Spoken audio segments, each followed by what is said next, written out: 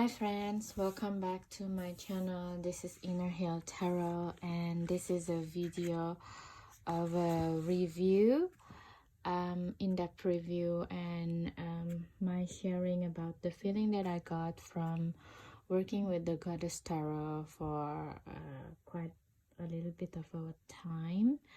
And yeah, to me it's very interesting. This is the first edition on top of everything, before I forgot to say. And yeah, I bought it secondhand, it's not new. So before I really work with it, I have to prepare it and let it be for a little bit, so the energy is not, the energy of previous owner is not messing about with me. But yeah, afterwards, I also charge it with the charge the deck with the energy of the solar eclipse that we just had on the 25th of October.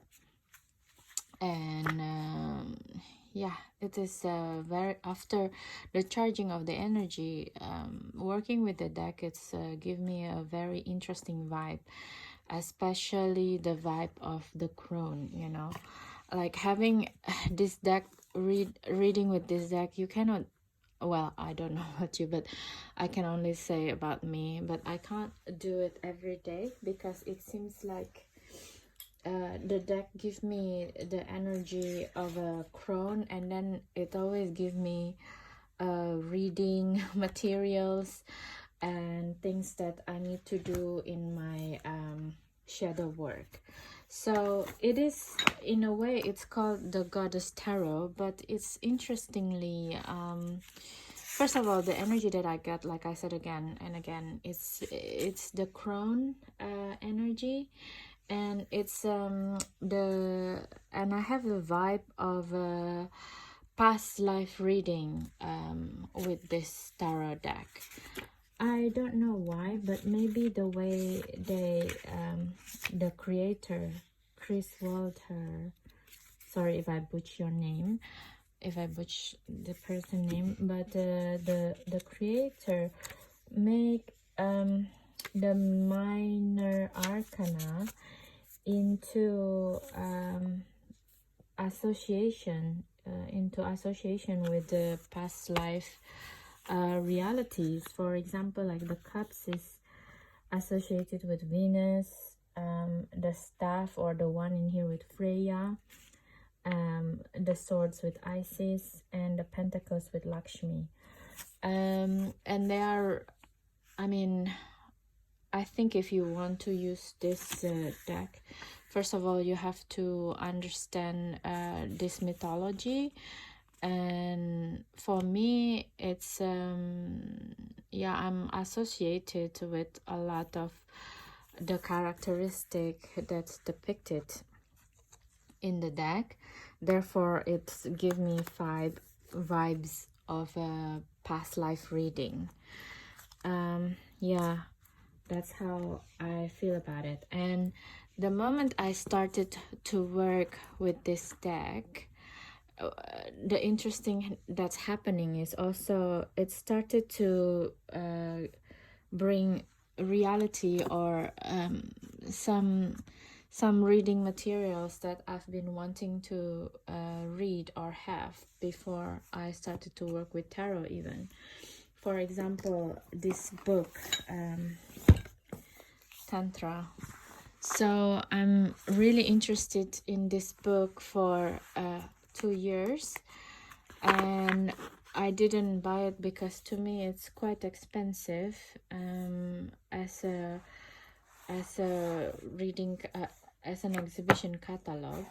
It's talking about the Tantra, and the history of tantric movement, which is a lot of it is about it's about the power of the feminine, basically, and how the feminine energy reality is quite different from the solar power. And I think it's go hand in hand with reading with this deck, you know, because it is after all the Goddess Tarot, even though it has the male counterpart in it depiction as like the gods, you know, like the prince. It's still men, it's not transgendered.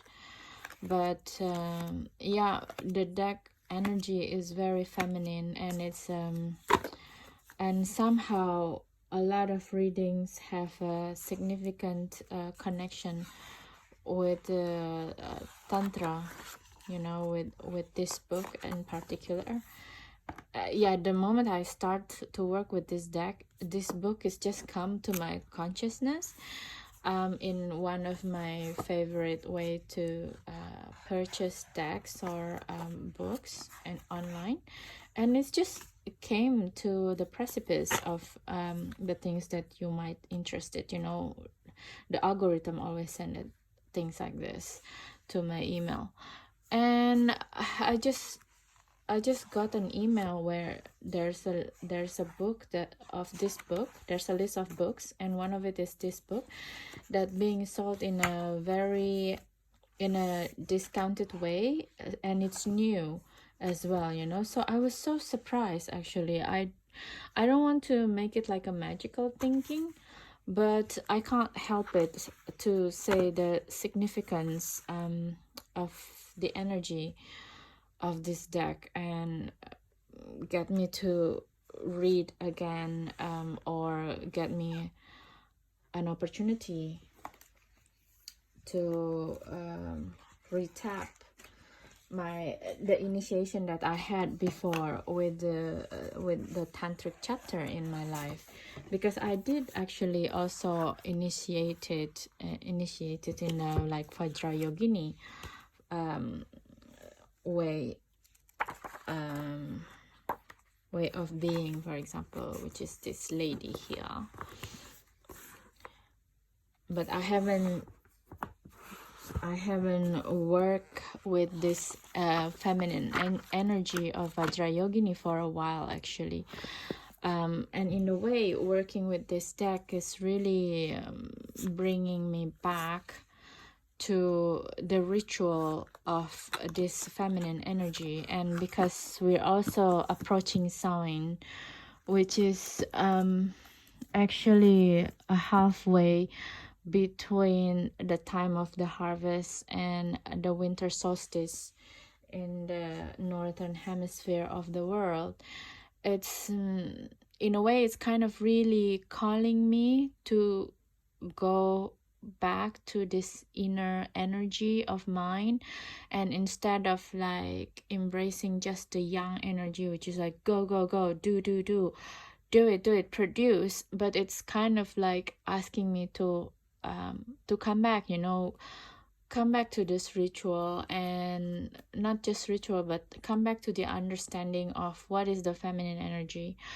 The feminine energy is really, to me, it's really linked to the energy of receptivity, and also acceptance that life is, a lot of it is about the unknown, you know, and the unknown. And with this deck, is a lot of my readings is first of all explaining a lot of the unknown shadow quality that I have inside of me, the shadow patterns that I probably inherited from my caregiver, not necessarily my parents, but probably my grandparents or my caregivers, really, like my teachers or my nannies, because I grown up mostly with nannies, actually, not with my real parents, because they busy conducting business and what have you. Anyway, but so they impart certain kind of thought patterns, these caregivers, and that is not necessarily me. So basically, when I start working with this deck, it's kept on giving me the ideas as like, are you sure this is you, you know? I give you, because I always do like a intuitive reading, and I don't obstruct how many cards that can come out from one deck. and sometimes it's just come like 3 cards, 5 cards, you know, and giving me the whole patterns, where is this shadow patterns that work on my unconscious that not necessarily true, that's not who I am. So I think this deck is not for the faint-hearted, to be quite honest. I think I understand also why this deck, despite of already came out from the year of 1998, is not really a deck that I see came across being talked about in a lot of tarot Facebook group or something like this. It's kind of beneath the surface. And I think now I understand why, because to work with this deck is need a dedicated time and the willingness to actually work with the readings that being given. It's kind of you know, give a punch a little bit to the shadow that you don't know, you know. So that is my a review of this deck, and I will make another video on deck interviews, pick a pile. So in that video, if you're decided to work with this deck but on the fence, you can pick a pile, choose it in case it's resonate with you, and what is the wisdom that this deck want to impart if you decided to work with it. Okay, so thank you so much guys for listening to my review videos. If you like this video, please like it, comment, subscribe, and share to your friends that also want to work with this deck. And I hope this deck benefited you as much as it could be, and also my video and my sharing and reviews about it also can help you. So thank you so much guys. See you in the next video of the deck interview and how it shuffles. Okay, bye.